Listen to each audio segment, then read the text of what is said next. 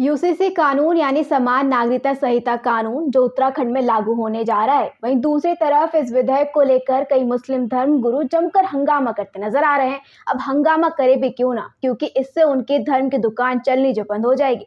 भारत में कई ऐसे समुदाय हैं जो अपने धर्म के कानूनों को देश के कानून से ऊपर रखते हैं और उसी के मुताबिक चलते हैं। लेकिन यूसीसी कानून के तहत सभी लोगों के लिए एक ही नियम मान्य होगा। यूसीसी का सबसे ज्यादा विरोध मुस्लिम धर्म गुरु करते नजर आ रहे हैं। इसके पीछे की सबसे बड़ी वजह है शरिया।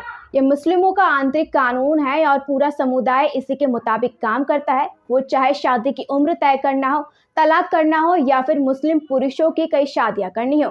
लेकिन यूसीसी लागू होने के बाद इन सब पर रोक लग जाएगी और शरिया के सदियों पुराने कबीली कानून भी खत्म हो जाएंगे, जिसकी वजह से मुस्लिम महिलाओं को हलाला से नहीं गुजरना पड़ेगा और पुरुष भी कई शादियां नहीं कर पाएंगे। यानी कि आप कह सकते हैं कि अब मुस्लिम पुरुष अपनी मनमानी नहीं कर पाएंगे। उत्तराखंड में सभी लोगों के लिए तलाक का एक सामान्य कानून लागू होगा। यूसीसी कानून के आते ही महिलाओं को उनका हक मिलेगा। वो अपने खिलाफ होने वाले अपराधों के खिलाफ सीधे पुलिस या कोर्ट में जाकर अपनी लड़ाई लड़ सकती है और इसी बात का दर्द मुल्लाओं और धर्म के ठेकेदारों को हो रहा है। दरअसल यूसीसी कानून के लागू होते ही इस्लामिक कानून के कई नियम अमान्य हो जाएंगे। शरीयत के मुताबिक लड़की की शादी की उम्र पीरियड शुरू होते ही तय हो जाती है। वो चाहे लड़की 11 साल की हो चाहे 12 साल की, अगर उसको पीरियड्स आ गए हैं तो उसका निकाह कर सकते हैं। लेकिन यूसीसी लागू होने के बाद ऐसा नहीं हो सकेगा। लड़की की शादी 18 साल के बाद ही हो सकेगी। ये बातें भले ही देश के बाकी लोगों और खुद मुस्लिम समुदाय के प्रभुत्व के लोगों को भी पसंद आ रही होगी, लेकिन कई धर्म के ठेकेदारों को ये बात बहुत चुभ रही है, क्योंकि वो अपने कानूनों में बदलाव होते हुए नहीं देख सकते। वो नियम चाहे लोगों के लिए सही हो या फिर गलत।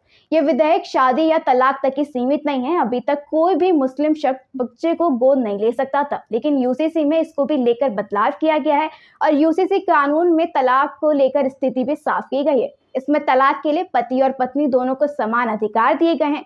मुस्लिम में 3 तलाक, हलाला और इद्दत जैसी प्रथाओं पर भी इस कानून के लागू होने के बाद पूरी तरह से रोक लग जाएगी। अब आप जरा इस पर भी नजर डालिए कि कैसे धीरे धीरे यूसीसी को लेकर सरगर्मियां बढ़ती जा रही हैं। खुद पीएम मोदी ने पिछले दिनों एक रैली में अपने भाषण में यूसीसी का मुद्दा उठाते हुए सवाल किया था कि हमारे देश में अलग अलग लोगों के लिए अलग अलग कानून कैसे हो सकते हैं। इस सवाल से उनका सीधा इशारा इसी तरफ था कि अगर एक देश है तो कानून भी एक ही होना चाहिए। बता दें कि यूसीसी को लागू करने का फैसला यूं ही हवा में नहीं लिया गया, बल्कि राज्य में जांच पड़ताल और लोगों की राय भी ली गई। इसके बाद ये जो फैसला है सरकार तक पहुंचाया गया। ऑनलाइन मीटिंग से लेकर सेमिनार तक के आयोजन किए गए, जिनके जरिए जनता की राय को इकट्ठा करके एक पूरा मसौदा तैयार किया गया। फिर उत्तराखंड सरकार ने इस विधेयक को सदन में पेश किया। 182 पन्नों के इस कानूनी मसौदे पर कई धाराएं और उपधाराएं हैं। इसमें उत्तराधिकारी, विवाह, विवाह विच्छेदन और लिव इन रिलेशनशिप के बारे में कई नियम और कानूनों का उल्लेख किया गया है। अगर आपके मन में अभी भी सवाल है कि ये विधेयक सदन से पारित होकर राष्ट्रपति तक पहुंचेगा या नहीं, तो इसका सीधा जवाब है हाँ, क्योंकि विधानसभा में भाजपा के पास स्पष्ट रूप से पूरा बहुमत है, क्योंकि यहाँ बीजेपी के कुल 47 सदस्य हैं और उन्हें कुछ निर्दलीय विधायक का भी साथ मिला है। ऐसे में यूसीसी विधेयक पारित होने से कोई नहीं रोक सकता। चर्चा के बाद यूसीसी विधेयक पारित होना तय माना जा रहा है। समवर्ती सूची का विषय होने की वजह से पहले विधेयक जो है राज्यपाल के पास पहुंचेगा, उसके बाद अनुमोदन के लिए राष्ट्रपति के पास। यूसीसी कानून को लेकर आपकी क्या राय है, हमें कमेंट बॉक्स में लिखकर जरूर बताएं। फिलहाल इस खबर में इतना ही। बने रहिए A to Z न्यूज के साथ।